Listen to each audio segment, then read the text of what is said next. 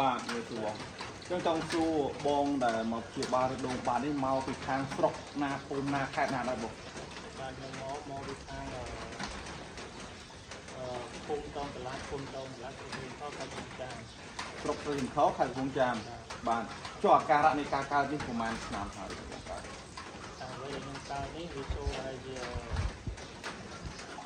ជាង10ឆ្នាំជាង10ឆ្នាំហើយបាទយូរដែរអញ្ចឹងក៏ឆ្លងកាត់ជាមួយនឹងការព្យាបាលច្រើនហើយដែរឆ្លងកាត់ជាមួយការព្យាបាលដែរហើយប៉ុន្តែគាត់ថាវាគឺថាវិជាហើយវានៅតែជួយវិញចឹងបាទវាអត់ប្រឡាក់ហើយចង់សួរបងចំណុចតាណាដែលបងឯងមានទំនុកចិត្តក្នុងការព្យាបាលជាមួយនឹងខ្ញុំមានចំណុចតាណាដែលវាយមើលឃើញទៅតាមเพจរបស់ខ្ញុំដែរអាចឈានមកដល់ទេបាទនៅតែដែលខ្ញុំមើលឃើញមកលោកគ្រូផងចំណុចសំខាន់មួយគ្រូអះអាងថាព្យាបាលជាមិនយកលុយបាទអញ្ចឹងខ្ញុំចង់បាទអញ្ចឹងបងប្អូនអញ្ចឹងអ្វីដែលខ្ញុំបញ្ជាក់នៅក្នុងវីដេអូហើយមានបងប្អូនខ្លះគាត់នៅតែសួរខ្ញុំបញ្ជាក់ទៀតថាលោកគ្រូឆ្នាំមួយឈុតប្រមាណ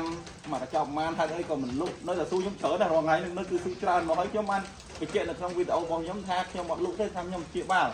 ជាបានខ្ញុំយកលុយឲ្យពេលដែលជាខ្ញុំធានាជូន3ឆ្នាំទៀតមិនថាតែជាណាអញ្ចឹងគ្រប់3ឆ្នាំបើសិនជាបងឯងមានអារម្មណ៍ថាកើតគឺមួយមិនស្រួលដល់ណាតែសួរគ្រប់ពេលហើយមកដល់ផ្ទះខ្ញុំគ្រប់ពេលខ្ញុំទទួលស្វាគមន៍ជានិច្ចទៅលើការព្យាបាលបើសិនជាមានការវិញបណ្ដាទូកើតវិញអត់ខ្ញុំថាបើសិនជាកើតវិញងាយខ្ញុំអត់ហ៊ានធានាឲ្យទេបាទតែមានពេលណាទៅព្យាបាលអ្នកជំងឺ2 ដងឧទាហរណ៍បើសិនខ្ញុំព្យាបាលកើតឡើងវិញមុនដល់លេជួបអ្នកជំងឺកើតឡើងវិញពេញផ្ទះទៅអ្នកជំងឺណាហ៊ានព្យាបាលទៀតបាទនេះជារឿងពិតណាបងអញ្ចឹងដោយសារតែឆ្នាំខ្មែរខ្ញុំហ៊ាននិយាយថាព្យាបាលជាហើយគឺជាហើយបាទតែលើកលែងដល់តែ